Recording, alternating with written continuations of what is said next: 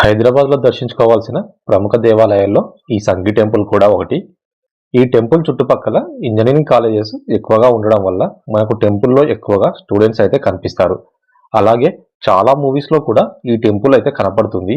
ఖుషి, పవిత్ర బంధం, లౌక్యం అలా ఏదో ఒక మూవీలో మీరు కూడా ఈ టెంపుల్ని చూసే ఉంటారు. ఈ టెంపుల్ సిటీకి దూరంగా చుట్టూ కొండల మధ్యలో ఒక ఎత్తైన కొండపైన ఉంటుంది. ఈ సంఘీ టెంపుల్ మొత్తం కూడా తెల్లటి కలర్లో 3 ప్రధాన గోపురాలతో అద్భుతంగా ఉంటుంది. ఈ Sanghi temple Hyderabad MGBS bus stand నుండి 35 కిలోమీటర్స్ దూరంలో ఉంటుంది. ఎగ్జాక్ట్గా చెప్పాలి అంటే Ramoji film city back side ఉంటుంది. మీరు కార్లో కనుక వస్తే పెద్దంబర్పేట్ ఓఆర్ఆర్ ఎగ్జిట్ నెంబర్ 11 దగ్గర దిగేసి అక్కడి నుంచి 10 కిలోమీటర్స్ అయితే ఉంటుంది టెంపుల్కి. ఓన్ వెహికల్లో వస్తే కొండపై వరకు కూడా వెహికల్ తీసుకొని వెళ్ళొచ్చు. కార్కి అయితే 125 రూపీస్ అయితే తీసుకుంటున్నారు అండ్ బైక్ అయితే 50 రూపీస్ తీసుకుంటున్నారు పార్కింగ్ ఫీజు. మెట్లదారి గుండా పైకి టెంపుల్లోకి వెళ్ళాలి అనుకుంటే ఇక్కడ కనిపిస్తున్న మెట్లదారి పక్కన మన వెహికల్ పార్క్ చేసి మెట్లెక్కుతూ టెంపుల్ ప్రాంగణంలోకి అయితే చేరుకోవచ్చు. టోటల్ 150 నుండి 200 మెట్ల వరకు అయితే ఉండొచ్చు. మెట్లదారి గుండా మోకాల మీద మెట్లెక్కుతూ వెళ్తే కోరికలు తప్పకుండా నెరవేరుతాయనేసి భక్తుల నమ్మకం.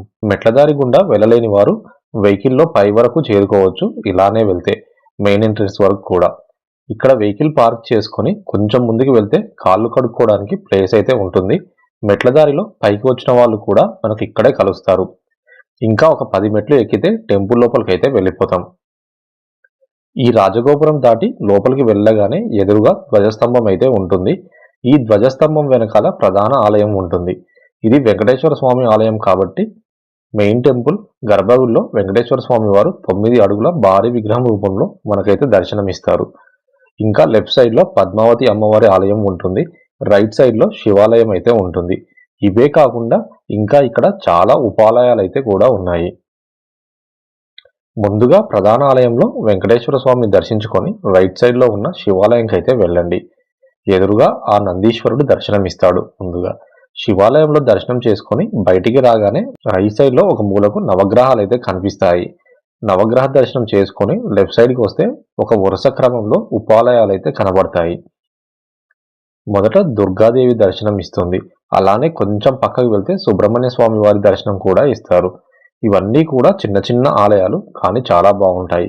అలానే ఇంకొంచెం పక్కకు వెళ్తే వినాయకుడు కూడా దర్శనమిస్తాడు. ఈ టెంపుల్ 1993లో ఎత్తైన కొండ మీద కట్టారు. అందుకే ఇక్కడ నుండి కొన్ని కిలోమీటర్ల వరకు కూడా ఈ టెంపుల్ కనిపిస్తుంది. నైట్ టైంలో అయితే వ్యూ చాలా బాగుంటుంది. వినాయక దర్శనం అయిపోయాక అలానే పక్కకు వస్తే సీతారామస్వామి వారు దర్శనం ఇస్తారు. ఈ టెంపుల్కు వస్తే చాలు అందరి దేవుళ్ళని ఒకేసారి ఒకే దగ్గర దర్శించుకోవచ్చు. ఇంకొంచెం పక్కకు వస్తే ఆ పక్కనే రాధాకృష్ణుడు దర్శనం ఇస్తారు.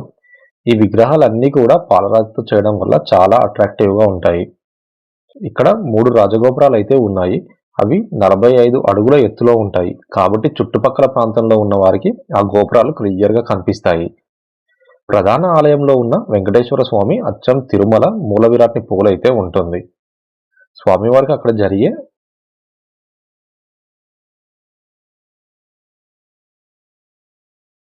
అలా ఇంకా కొంచెం ముందుకు వెళ్తే అష్టలక్ష్మి అమ్మవార్లు దర్శనం ఇస్తారు.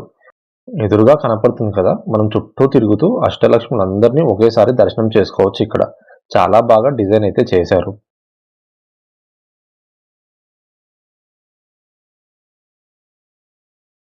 ఈ ఉపాలయాల అన్నింటి దర్శనం అయిపోయాక ఇంతకుముందు చెప్పినట్టు లెఫ్ట్ సైడ్లో పద్మావతి అమ్మవారు దర్శనం చేసుకోండి. ఈ అమ్మవారి ఆలయం పక్కనే ప్రసాదం కౌంటర్ అయితే ఉంటుంది. లడ్డు, పులిహోర, రవ్వ కేసరి ప్రసాదంగా ఇస్తారు. ఏదైనా తీసుకోండి 30 రూపీస్. ఇంకా పూజా టికెట్స్ ఏమైనా కావాలి అన్నా ఈ కౌంటర్లోనే దొరుకుతాయి. వీకెండ్స్లో ఒకరోజు అన్నదానం కూడా ఉంటుంది. మీరు ఎప్పుడైనా వెళ్ళాలనుకుంటే ఈవినింగ్ టైంలో వెళ్ళండి. వ్యూ అయితే చాలా బాగుంటుంది. ఆ లైటింగ్లో టెంపుల్ వ్యూ అదిరిపోతుంది. ఫోటోషూట్స్ కూడా చేసుకోవచ్చు. వీడియో కనుక నచ్చినట్టయితే లైక్ చేయండి. అలాగే ఫస్ట్ టైం నా ఛానల్ చూస్తున్నట్టయితే మరిన్ని ఇలాంటి వీడియోస్ కోసం నా ఛానల్ అయితే సబ్స్క్రైబ్ చేయండి ప్లీజ్.